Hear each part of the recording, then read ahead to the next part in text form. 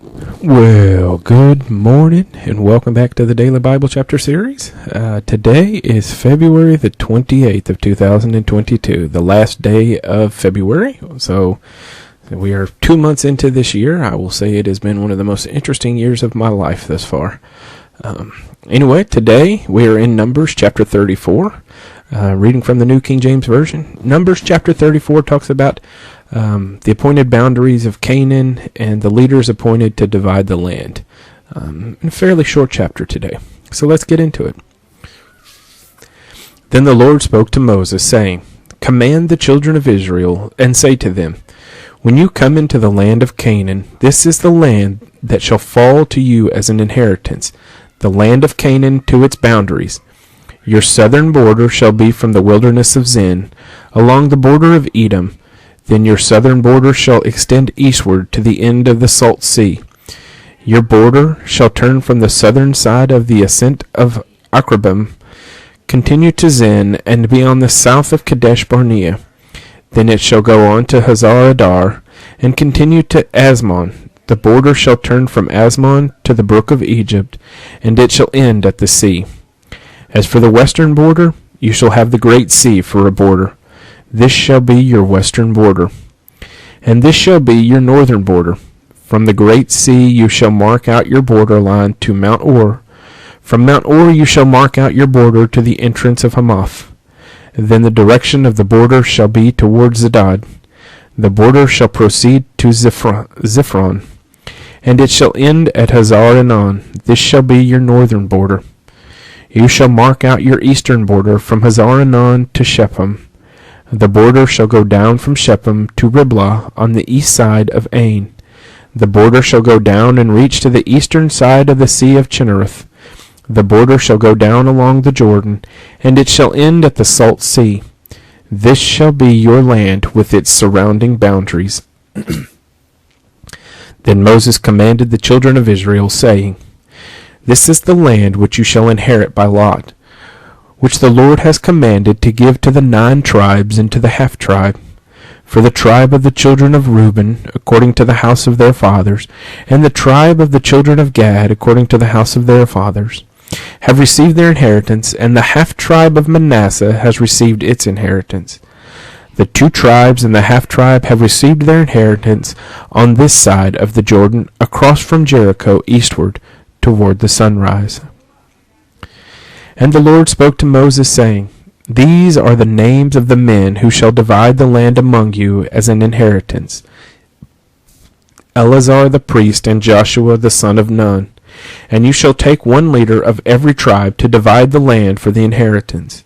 These are the names of the men: from the tribe of Judah, Caleb the son of Jephunneh; from the tribe of the children of Simeon, Shemuel the son of Ammihud; from the tribe of Benjamin, Eladad the son of Chislon; a leader from the tribe of the children of Dan, Buki the son of Jogli; from the son of Joseph, a leader from the tribe of the children of Manasseh, Hanil the son of Ephod; and a leader from the tribe of the children of Ephraim, Kemuel the son of Shipton; a leader from the tribe of the children of Zebulun, Elizaphan the son of Parnak; a leader from the tribe of the children of Issachar, Paltiel the son of Valzon; a leader from the tribe of the children of Asher, Ahihud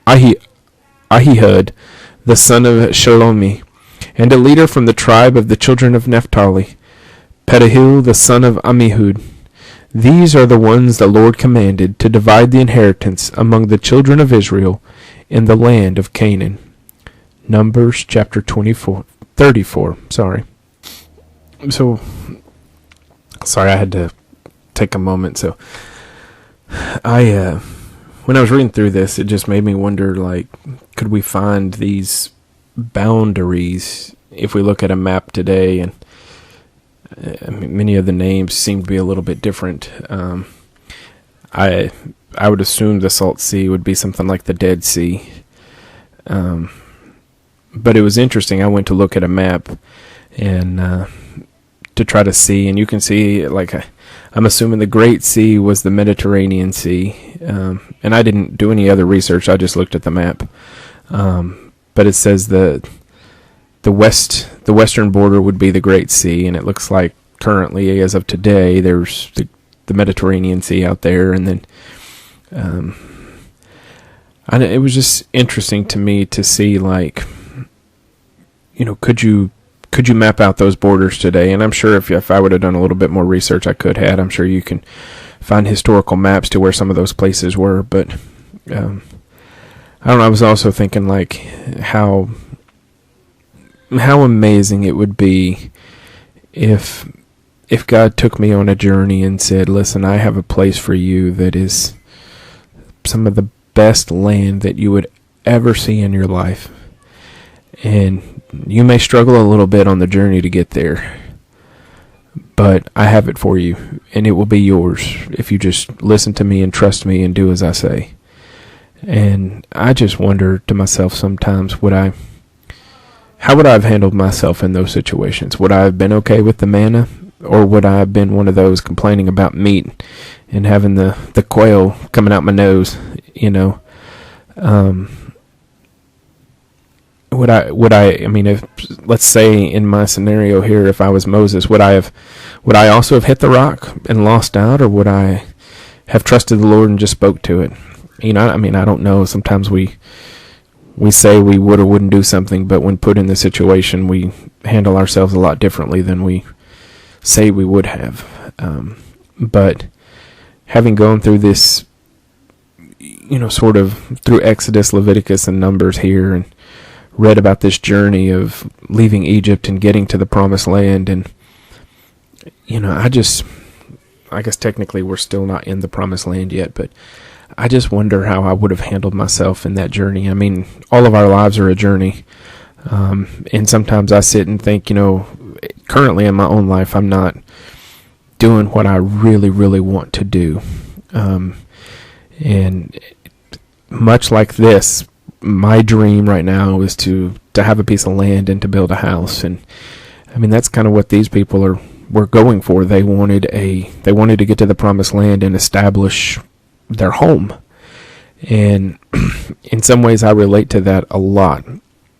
And currently I live very far away from my family, and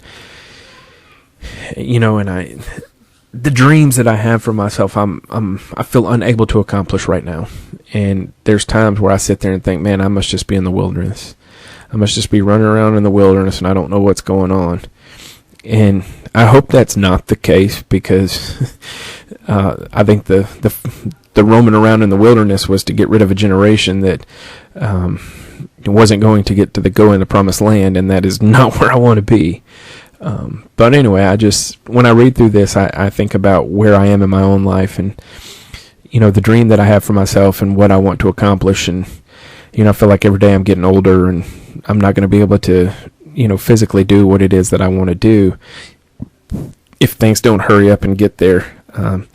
And so I can, like I said, I can feel where they were, and then it's a reminder to me also to not have their frustrations, and to just stop and pray and say, A, God, forgive me for being that way, but B, give me patience to endure the journey that you have, because I believe God's timing is perfect, and I have no idea what tomorrow may hold. I mean, 2 weeks ago I would have never told you that Russia and Ukraine were going to be in a war, but here we are, and I don't know, I did not know that then.